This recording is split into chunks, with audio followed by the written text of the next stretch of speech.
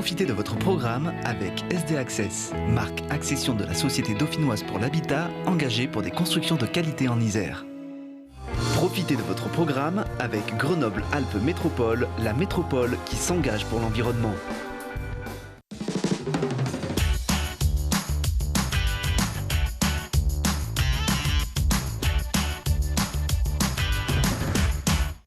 Bonjour à tous, je suis très heureuse de vous retrouver pour ce nouveau numéro de 6 minutes environnement.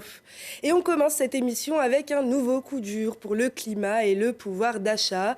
Les tarifs des TER devraient augmenter en Auvergne-Rhône-Alpes à partir du 1er janvier 2023. Plus 3% pour les abonnés et jusqu'à 8% pour les voyageurs occasionnels. Une décision du Conseil régional présidé par Laurent Wauquiez.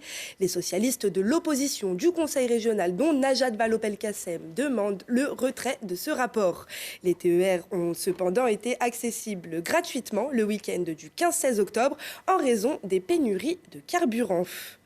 La terre brûle et ça fait plusieurs années que Rob Hopkins a décidé de ne pas regarder ailleurs.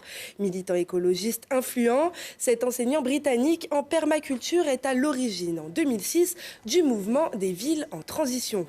Logique donc qu'il participe aux événements de Grenoble, capitale verte européenne. Il était de passage dans la capitale des Alpes pour une visite dans l'écoquartier Flaubert. Le mouvement de la transition est né en 2006 et entre 2006 et aujourd'hui, 33% des émissions de CO2 de l'humanité ont été émises de toute l'histoire de l'humanité. Donc clairement, on ne peut pas parler d'une réussite parce qu'il y a encore trop de banques, d'assurances qui soutiennent les entreprises gazières, pétrolières. Mais ce qui m'encourage, c'est qu'il y a de plus en plus de projets de transition, que le soutien du public croît pour une économie décarbonée, qu'on a de plus en plus d'exemples un peu partout dans le monde.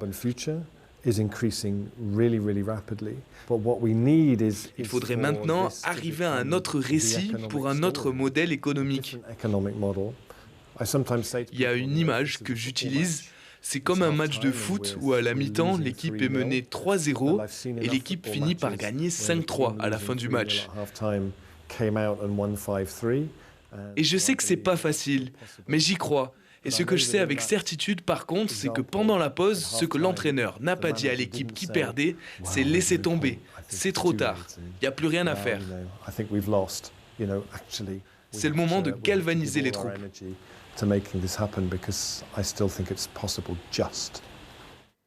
Un exemple qu'il faudra peut-être reprendre lors de la Coupe du Monde de foot au Qatar. Autre sport qui a un impact écologique considérable, la natation.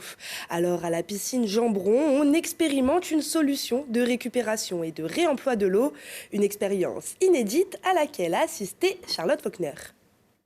Après avoir rafraîchi près de 51 000 Grenoblois tout l'été, l'eau de la piscine Jeanbron va de nouveau servir, cette fois-ci pour les espaces verts et publics. Une solution inédite expérimentée par la ville de Grenoble depuis la fin de l'été. Si l'eau a cette couleur verdâtre, c'est que les services ont attendu que tout le chlore s'évapore avant de pouvoir lui donner une seconde vie. Alors là aujourd'hui c'est les balayeuses qui prennent l'eau de la piscine pour aller nettoyer les rues, nettoyer les marchés en particulier. C'est aussi les espaces verts. Cette eau elle pourrait servir à arroser les arbres. Alors en ce moment ça y est, il pleut donc il n'y a plus besoin d'arroser les arbres, mais typiquement là, l'eau qu'on a récupérée ira dans l'une des mares de la ville de Grenoble.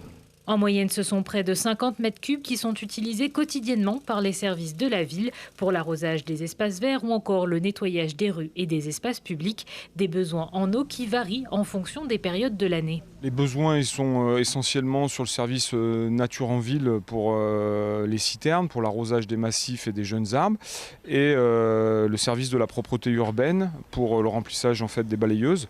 Les petites balayeuses font 2 mètres cubes, les grosses balayeuses font 8 mètres cubes. Et donc en fonction de leurs besoins, des marchés et des jours de la semaine, ils ont différents besoins, donc ils viennent autant qu'ils veulent en fait. Réutiliser l'eau des piscines, une expérimentation qui soulève d'autres questions.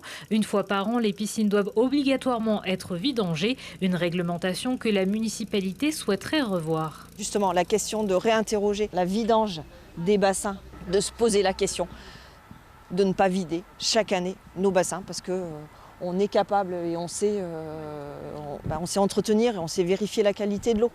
Pour cette phase d'expérimentation, ce sont près de 300 mètres cubes sur les 2500 de la piscine Jambron qui seront utilisés par les services de la ville. Mais l'accès aux locaux et la typologie des bassins ne permet pas à toutes les piscines de bénéficier de cette expérimentation. C'est la fin de cette émission. Merci pour votre fidélité. On se retrouve chaque dimanche à 18h30 pour 6 minutes environnement. Excellente semaine à tous. Vous avez profité de votre programme avec Grenoble-Alpes Métropole, la métropole qui s'engage pour l'environnement. C'était votre programme avec SD Access, marque accession de la Société dauphinoise pour l'habitat, engagée pour des constructions de qualité en Isère.